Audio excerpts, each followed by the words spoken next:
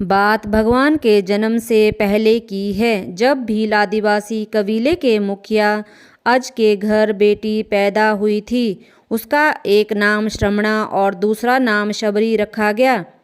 शबरी की माँ इंदुमती उसे खूब प्यार करती थी।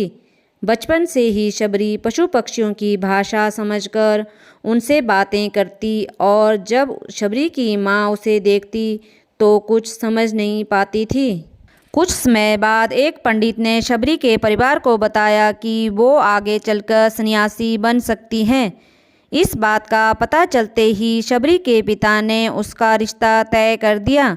जैसे ही शादी का दिन नज़दीक आया, शबरी के घर वालों ने खूब सारी बकरियां और अन्य जानवर घर के पास लाकर बांध दिए।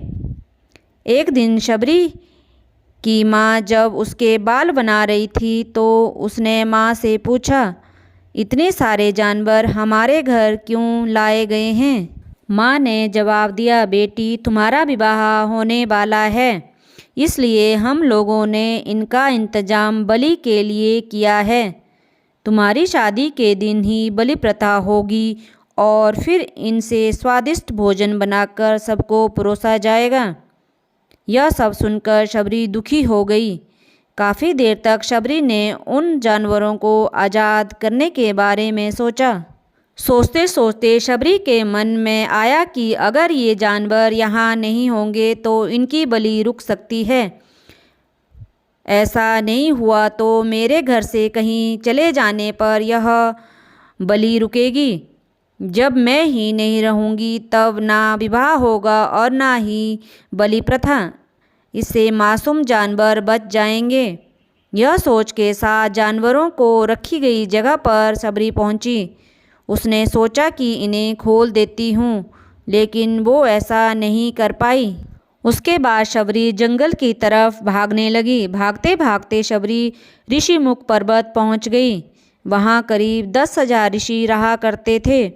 शबरी को लगा कि वो भी इसी जंगल में किसी तरह ऋषि मुनियों की सेवा करके अपना जीवन जी लेगी। वो चुपचाप उसी जंगल में एक हिस्से में किसी तरह से रहने लगी। शबरी रोजाना ऋषि मुनियों की झोंपड़ी के आगे झाड़ू लगाती और हवन के लिए लकड़ियाँ भी लाकर रख देती। ऋषि मुनियों को समझ नहीं आ रहा था कि जंगल में उनके काम अपने आप कैसे हो रहे हैं। एक दिन शबरी को किसी ऋषि ने देख लिया। उसे देखते ही उसका परिचय पूछा। जैसे ही शबरी ने बताया कि वो भील आदिवासी परिवार से संबंध रखती है तो उसे ऋषियों ने खूब डांट लगाई। शबरी को इस बात का बिल्कुल भी पता नहीं था कि उसकी जाति छोटी है और उसे ऋषियों द्वारा जाति की वजह से अपमान सहन करना पड़ेगा। इतना सब होने के बाद भी शबरी हर ऋषि मुनि के दरवाजे पहुंचती और उनके आंगन में झाड़ू लगाकर उनसे गुरु दीक्षा के लिए कहती। हर कोई शबरी को उसकी जाति की वजह से अपने आश्रम से भगा देता था। ऐसा होते होते काफ़ी समय बीत गया। उसके बाद शबरी मतंग ऋषि की कुटिया में पहुंची। वहां पहुंचकर मतंग ऋषि को शबरी ने बताया कि वो उनसे गुरु दीक्षा लेना चाहती है। उन्होंने खुशी खुशी उसे अपने गुरुकुल में रहने दिया और भगवान से जुड़ा ज्ञान देते रहे। शबरी ने भी अपने गुरु मतंग ऋषि की सेवा करने में कोई कसर नहीं छोड़ी। वो गुरुकुल के भी सारे काम करती थी। शबरी से खुश होकर मतंग ऋषि ने उसे बेटी मान लिया था। समय के साथ मतंग ऋषि का शरीर बूढ़ा हो गया। उन्होंने एक दिन शबरी को अपने पास बुलाया और कहा, बेटी मैं अपना देह त्यागना चाह रहा हूँ। बहुत साल हो गए इस शरीर में रहते रहते। शबरी ने दुखी मन से कहा, आपके ही सहारे मैं इस जंगल में रह पाई हूँ। आप ही चले जाएंगे तो मैं जीकर क्या करूँगी। आप अपने संग मुझे भी ले जाइए, मैं भी देह त्याग दूंगी। मतंग ऋषि ने जवाब दिया, बेटी तुम्हें चिंता करने की ज़रूरत नहीं है। राम तुम्हारी चिंता करेंगे और ध्यान भी रखेंगे। शबरी ने राम का नाम सुनने के बाद पूछा, वो कौन है और उन्हें मैं किस तरह से ढूंढूंगी। मतंग ऋषि ने बताया, राम कोई और नहीं भगवान हैं। वो तुम्हें सारे अच्छे कर्मों का फल देंगे। तुम्हें उन्हें ढूंढने की कोई ज़रूरत नहीं है। वो एक दिन खुद तुम्हें खोजते हुए इस कुटिया में आएंगे और तुम्हें उनके हाथों ही मोक्ष मिलेगा। तब तक तुम इसी आश्रम में रहो। इतना कहते ही मतंग ऋषि ने अपना शरीर त्याग दिया। शबरी के मन में मतंग ऋषि के जाने के बाद से एक ही बात थी कि भगवान राम स्वयं उनसे मिलने आएंगे। वो रोज़ भगवान राम से मिलने के लिए बाग से अच्छे अच्छे फूल लाकर पूरा आश्रम सजाती और भगवान के लिए बेर तोड़कर लाती। भगवान के लिए बेर चुनते समय शबरी उन्हें चख लेती थी ताकि भगवान को वो सिर्फ मीठे बेर ही दे। रोजाना शबरी इसी तरह भगवान के दर्शन की आस में फूल और बेर इकट्ठा करती थी। इसी तरह इंतजार में कई साल बीत गए। शबरी का शरीर एकदम वृद्ध हो गया। एक दिन आश्रम के पास के ही तालाब में शबरी पानी लेने के लिए गई। तभी पास के ही एक ऋषि ने उसे अछूत कहते हुए वहाँ से भागने के लिए कहा और एक पत्थर मार दिया। वो पत्थर जब शबरी को लगा तो उसे चोट लगी और खून बहने लगा। बहते हुए खून की एक बूंद उसी तालाब के पानी में गिर गई। तभी पूरा तालाब का पानी खून में बदल गया। ये सब होता देखकर ऋषि ने शबरी को ही डांटा और कहा कि पापिन, तुम्हारी वजह से पूरा पानी खराब हो गया। रोज ऋषि उस पानी को साफ करने के लिए अपनी कई तरह की विद्याओं का इस्तेमाल करते। कई सारे जतन करने के बाद भी कुछ नहीं हुआ। फिर उन्होंने गंगा जैसी पवित्र नदियों का जल भी उस तालाब में डाला, फिर भी तालाब का पानी साफ नहीं हो पाया और वो खून जैसा ही रहा। कई सालों तक तालाब के पानी को साफ करने की कोशिश के बाद भी कुछ काम नहीं आया तो ऋषि ने थक कर सब कुछ छोड़ दिया।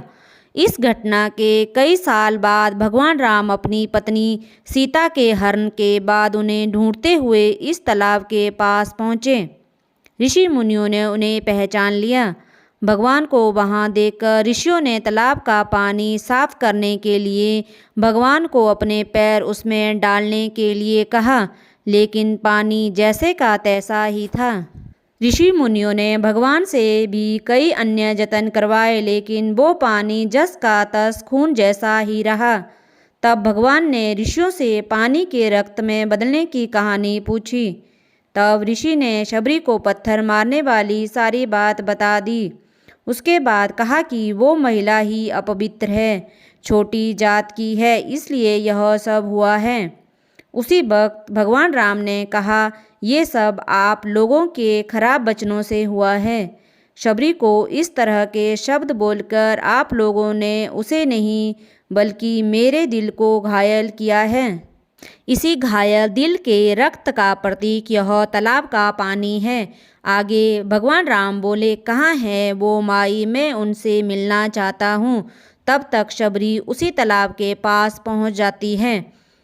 इस दौरान शबरी के पैर को ठोकर लगती है और कुछ धूल उस तालाब में गिर जाती है। तभी सारा पानी साफ हो जाता है। भगवान सबसे कहते हैं कि देखिए, आप लोगों ने क्या कुछ नहीं किया, लेकिन पानी साफ नहीं हो पाया। अभी सिर्फ इनके पैर की थोड़ी सी धूल ने ही तालाब का पानी साफ कर दिया। भगवान राम को शबरी पहचान चुकी थी। उन्हें प्रणाम करके शबरी ने कहा, भगवान आप मेरे साथ कुटिया में चलिए। भगवान भी खुशी खुशी शबरी के साथ चल पड़े। फूलों से शबरी ने भगवान राम का स्वागत किया। वो सीधे बेर तोड़ने के लिए बाग में गई और चक चक कर उनके लिए बेर लेकर आई। उन्होंने बड़े ही प्यार से भगवान राम और उनके भाई लक्ष्मण को बेर दिए। भगवान राम ने भी उतने ही प्यार से उन बेर को खाना शुरू किया। तभी बेर देखकर मुंह बनाते हुए लक्ष्मण ने कहा, भैया ये बेर जूठे हैं, इन्हें आप कैसे खा सकते हैं।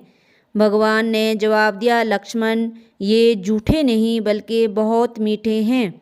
शबरी माई हम सब के लिए ये बहुत प्यार से तोड़कर लाई हैं।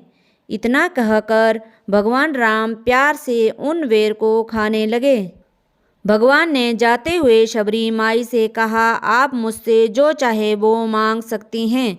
शबरी ने उन्हें कहा, मतंग ऋषि के कहने पर मैं आज तक सिर्फ आपके दर्शन के लिए जी रही थी। अब आप मुझे मोक्ष प्रदान कीजिए। मैं अपना शरीर आपके सामने ही त्यागूंगी। उसी वक्त शबरी ने अपना शरीर त्याग दिया। भगवान राम ने अपने हाथों से उनका अंतिम संस्कार किया और सीता माँ की खोज में आगे बढ़ गए। इस तरह से ऋषि मतंग की बात सच साबित हुई और शबरी को भगवान राम के दर्शन भी हुए। तभी से भगवान राम को शबरी के राम भी कहा जाने लगा।